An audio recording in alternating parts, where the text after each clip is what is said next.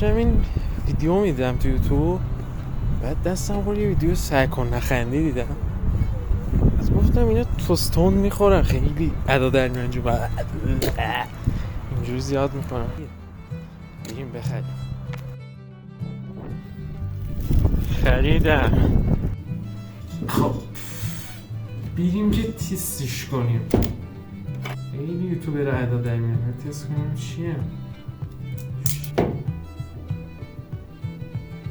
بخورمش.